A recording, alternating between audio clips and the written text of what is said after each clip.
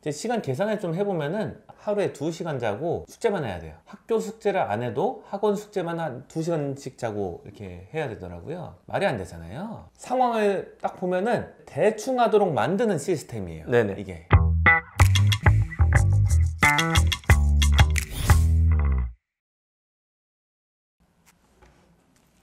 안녕하세요. 대치동 내부 고발자입니다. 새로운 트렌드가 하나 생겼더라고요. 양치기라는 트렌드가 있는데요.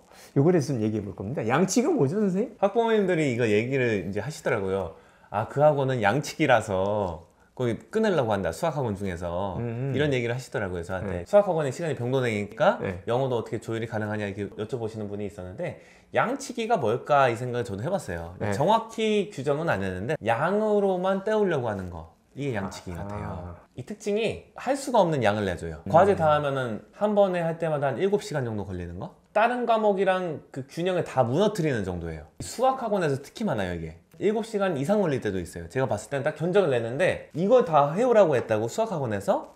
이거 딱 봤을 때 적어도 7시간 이런 느낌이 들거든요. 그렇게 해서 만약에 학생이 해간 거를 정성스럽게 살펴보고 그거에 대해서 피드백을 준다 하면 괜찮을 것 같은데, 그게 안 이루어지는 게 양치기다. 얘가 문제 풀긴 풀었는데 답이 맞았는지 뭐 안 맞았는지, 과정이 어떤지 이런 거를 별로 신경을 안 쓰게 되는 정도까지가 양치기예요. 문제를 한 막 500문제 푸는 거예요. 그거를 하나하나 피드백 못 주잖아요. 못 주죠. 그러니까 애도 이거 답을 고르는데 깊게 생각하고 고르는 게 아니라 그냥 고르게 되고, 건성으로 풀게 하는 거를 조장하는 네네. 양치기라고 하는 것 같습니다. 양치기에 대해서 어떻게 생각하십니까? 왜 이 학원에서 이런 양치기 같은 짓을 할까요? 저도 이 양치기 경험이 있어요. 고등학교를 갔어요. 유학 갔는데 수학 잘했으니까 상급반에 갔는데, 상급반에 한 7명이 딱 들어가서 수업을 받는 반인데 숙제를 엄청나게 내줘요. 한국에서 경험했던 것보다 더 많이 내는 거예요. 이 사람 이상해요. 그 숙제 양을 보면은 모든 다른 과목의 숙제량을 압도해요, 합친 것보다. 그러니까 그 숙제를 하면 딴 게 안 이루어지는 거예요. 그리고 또 제가 싫어했던 게 뭐냐면, 아까 말씀하신 것처럼 정신없이 푸는 거. 이건 정말 싫어요. 왜냐? 이게 공부에 도움이 안 돼요. 그래서 저는 선생님한테 공표를 했었죠. 이제 아이들 다 있는 데서. 선생님, 숙제 너무 많습니다. 이 숙제라면 다른 공부를 할 수가 없어요.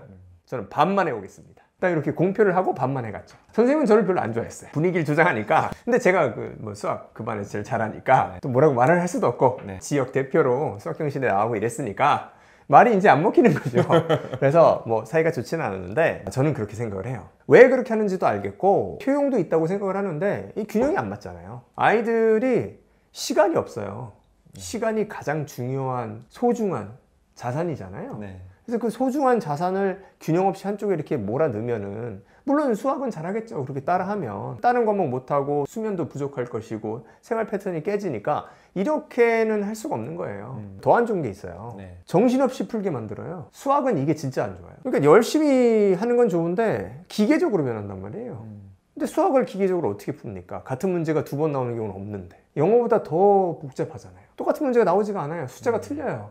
똑같은 문제라도 숫자가 변형돼서 나오기 때문에 그 반복하는 데는 제한이 있어요. 오히려 양치기는 영어가 날 수 있죠. 그런 면에서. 영어는 논리적인 면도 있지만 그냥 어느 정도 면도 많기 때문에 그냥 받아들이는 경우가 많잖아요. 수학에서 양치기가 들어온다 그러면 그거는 일정 부분 조율을 해야죠. 어떨 때는 이렇잖아요. 과목마다 선생님들끼리 암투가 벌어져요. 수학 선생님이 이 정도를 내줬다고?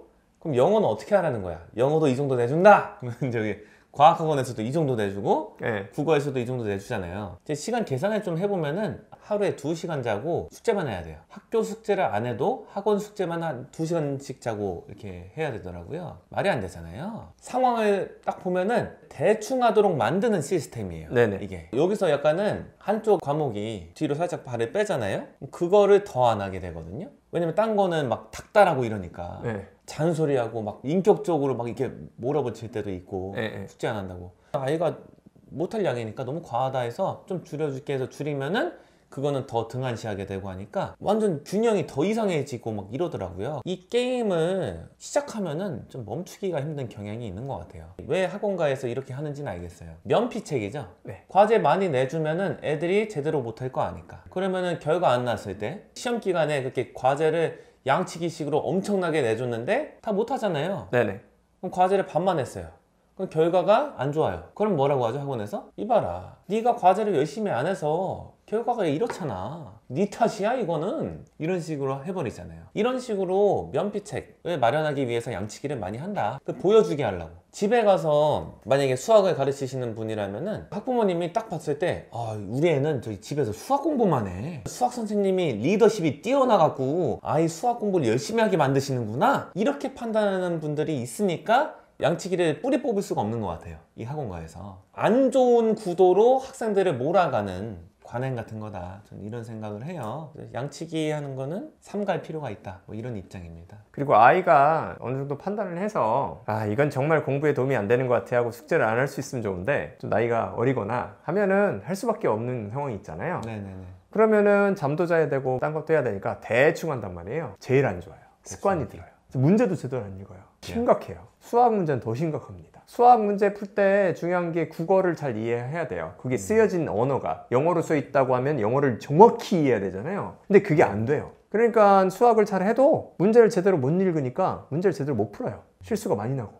저 자신이 옛날에 좀 그랬던 것 같아요. 제가 학원을 중학교 때 안 다녔거든요. 근데 학교 숙제만 제대로 해도 잠을 잘 수가 없는 거예요, 거의. 대충 한 거 많았는데 요새 아이들 학원 많이 다니잖아요. 그거를 다 하면은 학교 숙제까지 고려하면은 잠은 아예 못 자요. 대충하게 만드는 그런 시스템이다. 이런 생각이 자꾸 드네요. 상당히 안타깝습니다. 그럼 이거를 어떻게 우리가 대응을 해야 될까요? 이 학부모님이나 학생들이 이거를 어떻게 대응해야 될까? 학생들은 양치기식으로 과제 부여를 이곳저곳에서 받았다 하면 어떻게 해야 될까요? 공표를 해야 되나요? 선생님이 하셨던 것처럼, 선생님 저는 제가 할 수 있는 범위는 이거고 제 건강한 수면 패턴과 생활 습관 그리고 다른 과목과의 조화를 생각해 봤을 때는 이거밖에 못 하겠습니다. 이렇게 선언을 하고 하는 게 나을까요? 선언보다는 대화를 나누는 건 좋을 것 같아요. 근데 이해를 하시는 선생님이 있고 이해를 못 하시는 분이 있는데, 주어진 환경에서 이걸 이해 못하는 분하고 오래 공부는 못 할 것 같아요. 옴상하잖아요. 수학을 잘하고 특목고 진학을 생각하고 있어요. 그래서 수학에다가 시간을 많이 할애합니다, 실제로. 그런 학생이 있다고 하면 다른 아이들과 똑같이 영어에다가 시간 투자를 못 한다는 걸 알아요. 그래서 얘가 필요한 걸 어느 정도 인지하고 중3이 될 때까지 어느 정도까지 영어를 해야 되는지를 판단하고 어머니와 같이 대화를 나눠서 이게 딱 정해지면 더 좋아요. 아이와도 소통을 하고, 그리고 숙제가 있으면 전부 다 못한다고 하면 일정 부분 요거는 꼭 하고 가자, 또는 어떤 날 수학 숙제가 많아서 못했다고 하면 그럼 요 부분은 다음 날까지는 꼭 해야 된다. 이유는 이렇다. 그리고 이거를 학급 전체에 얘기해요. 간단히라도. 왜냐하면 그걸 비밀로 하면 안 돼요. 같은 학습 공간에서 만약에 숙제가 달라지고 이러면 그거는 다 알고 있어야죠. 숨기기 시작하면 애들 이상하게 생각하고 전부 다 숙제 적은 방향으로 간단 말이에요. 근데 이런 걸 얘기를 하고 얘가 하루에 수학이 이런 이유 때문에 7시간 공부하기 때문에 방학 동안 이만큼 한다, 이런 거 딱 해놓으면 아이들도 다 이해합니다. 이해 못하는 애는 못 봤어요. 그런 식으로 조정을 할 수 있는 환경에서 공부를 해야 되고요. 학부모님들도 그거를 생각을 해주셔야겠죠? 현실을 봐주셔갖고 학교 과제, 학원 영역별로 과제를 얼마나 많이 받아오나를 적어도 일주일치를 한번 모아서 봐주시면 좋을 것 같아요.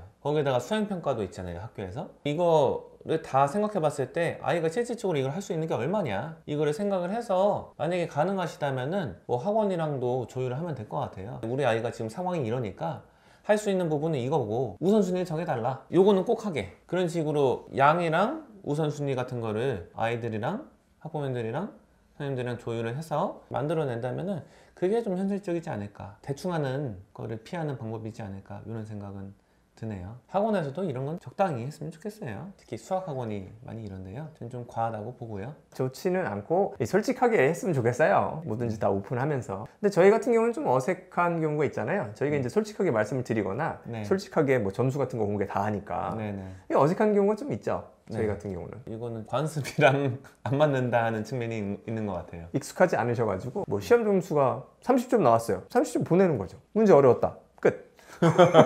문제 어려우면 점수 안 나오죠. 아니면 얘 공부 안 했다, 그런 게 하고 정직하게 가는 게 좋겠다. 감사합니다.